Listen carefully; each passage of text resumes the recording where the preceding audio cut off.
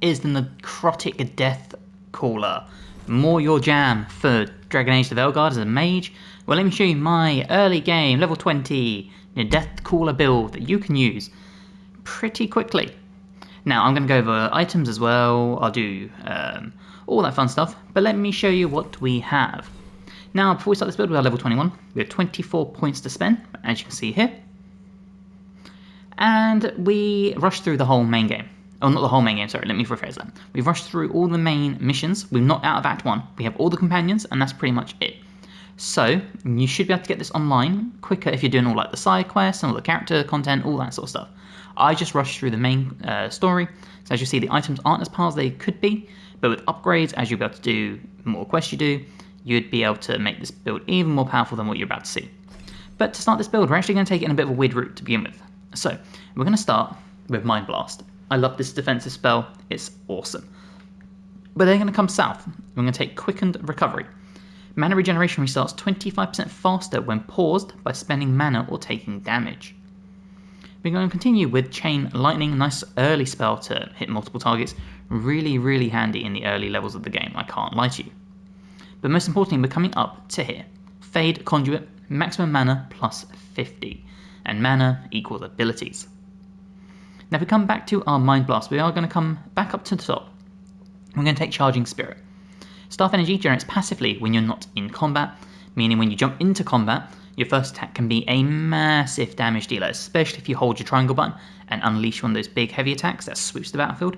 You could really do some damage to a bulk load of enemies, and as well as to get them chilled or necrosis or burning, something like that. Now coming up, we are going to take Frost Nova, a really nice control spell for the battlefield, and I do think necrosis and necromancy and cold and chilled really thematically work so well together. Now coming to the left, or sorry, to the right first, we're going to take Frostbite. So damage versus frozen plus 15%. And we're going to continue to the right for Frost Shield. Enemies who inflict damage on you are chilled. Really nice, to me, what feels like a necrotic themed spell, where you take damage and they get chilled in return. Coming back to Frost Nova, we are going to come to the left and we're going to take Bulwark for the physical resistance plus 10%, because you pull aggro so easily in this game. Not only do you get your warriors pretty decently far into the game, a few hours in I would say, you still pull aggro even with their taunt abilities so damn easily, so having extra physical resistance and a Mind Shield to really, or sorry, Mind Blast to help you deflect these attacks and avoid them, really beneficial. So continuing on the path down, we're going to take Death Frost. So abilities that deal necrotic or cold damage increase the other type's damage by 15%, which means if we were to do a necrosis based spell, or ability I should say, and we have a Ice Staff, our damage with the staff is increased by 15% for 6 seconds. Really good way of alternating between your damage types. Continuing on, we're going to take Death's Blessing, necrotic damage plus 10%, nice passive for just a base solid amount. And we're going to continue down to Imbued Duration. Executing a detonation on an enemy grants shocking weapons. Now we don't really want this, but we do need it to go up and down our skill tree. And that brings us to here. Concentration if we come down. Ranged attack damage plus 15%.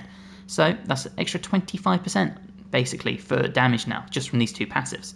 Especially if we are using a necrotic staff. If we come up, Enveration, damage versus barrier 20%, always a nice passive to have to help get those barriers down ASAP. And to the north of that, Collateral Damage.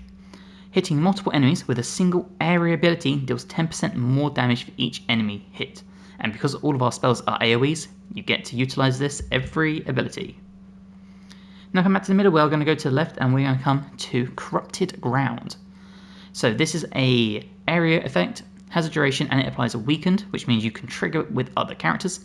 You get to weave the threads of life and death, corrupting an area of the battlefield. Enemies caught inside succumb to its deadly aura. Deals minor damage and applies necrosis each second enemies are exposed to the corruption.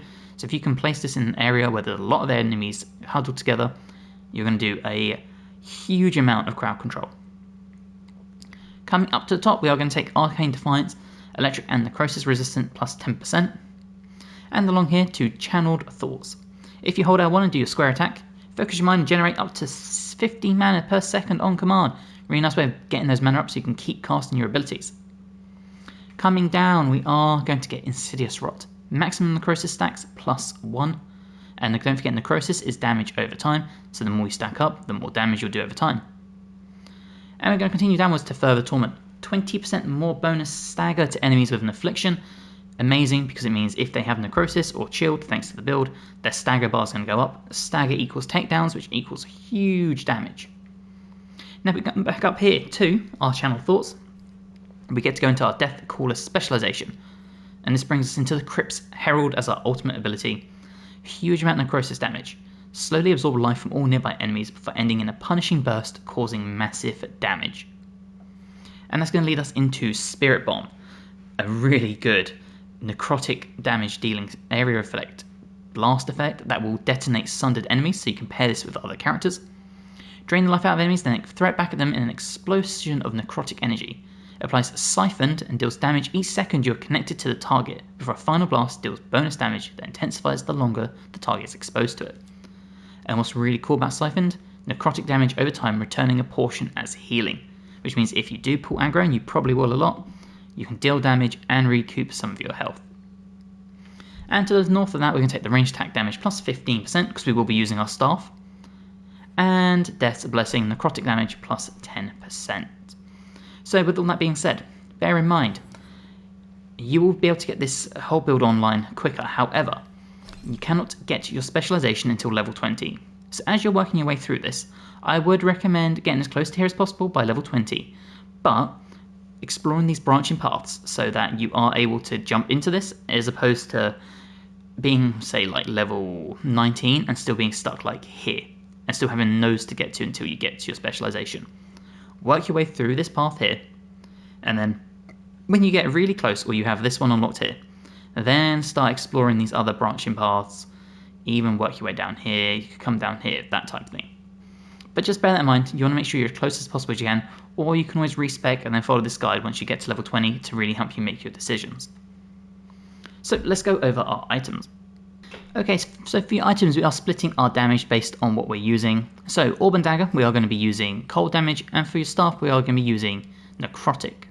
Now, if we go over our abilities, we are going to be using Frost Nova, a nice control ability.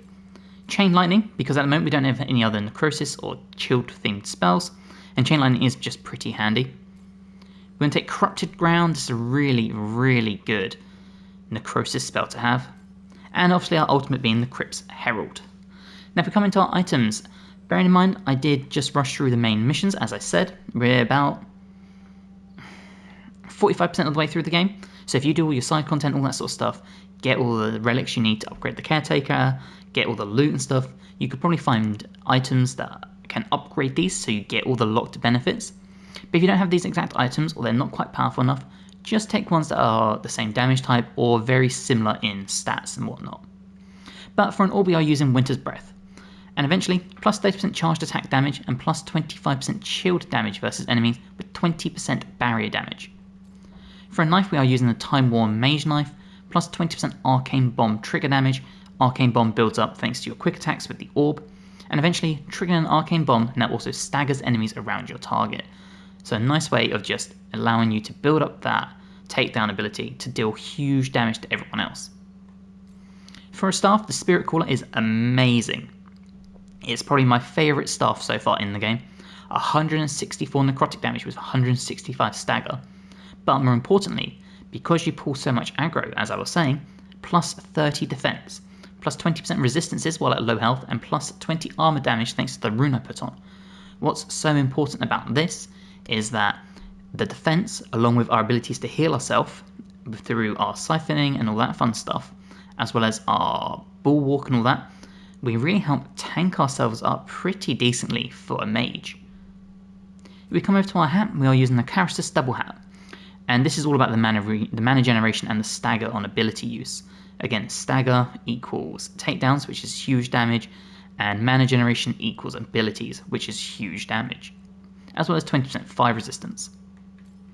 When it comes to your armor, I really like the Jumper's Death Leathers, plus 15 maximum mana and 15% mana generation, and I just threw a rune of 20% electricity resistance. When it comes to your belt, I really like the Tincture Kit, 20% healing received, and 1000 healing. The Sightless Skull, 20% control ability damage and 25% staggered from control abilities. And why that's so good is that our Frost spell of Nova is a control ability. So not only will you freeze multiple enemies in your area, you will then also be able to do extra damage to them thanks to this ability. And of course for our rings, the Precious Decay, 15% necrotic damage and 25 necrotic resistance.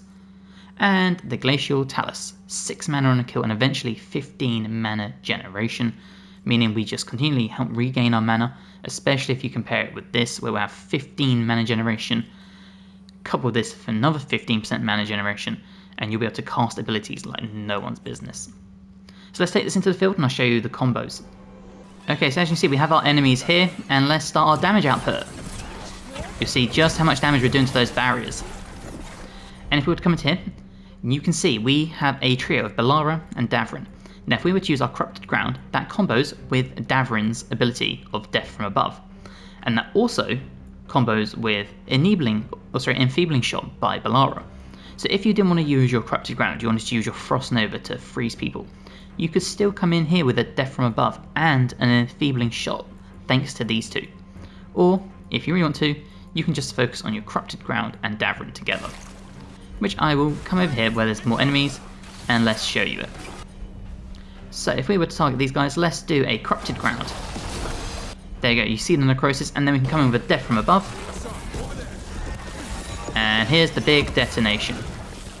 Now, we have the ability to cast big AoEs like this and build up our necrosis.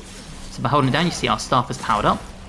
And if I was to do this, there you go. Now unfortunately these guys are vulnerable to necrosis, which is awesome. It means our damage is even higher. But you can just see how much of a fun build this is. And because of our mana generation, we can do stuff like this, froze the target, and then we still have other abilities here. So for example, now they're frozen, you can get Balara to come in with her Fade Bolts, get them shocked as well, and there you go. So a really, really fun class to play as. Really nice way of mixing cold and necrosis damage, of healing yourself up, casting on your spells, freezing people in place, stopping people from being able to move thanks to the ground, as well as being able to chain lightning, which we didn't show off, but that will bolt off and hit multiple targets. So overall, just a great AoE based spell that's pretty durable for a mage. So if you've enjoyed, please drop the episode a like, helps me amazingly. Let me know in the comments what other items you'd use, what other abilities, all that fun stuff. Please subscribe to the channel for more if you're a big Dragon Age fan like me. We are doing more build guides, we're going to do late game build guides. So once we hit level 50, we're going to do live streams, because I've been streaming my first ever playthrough of Veilguard, so you're more than welcome to come hang out for that.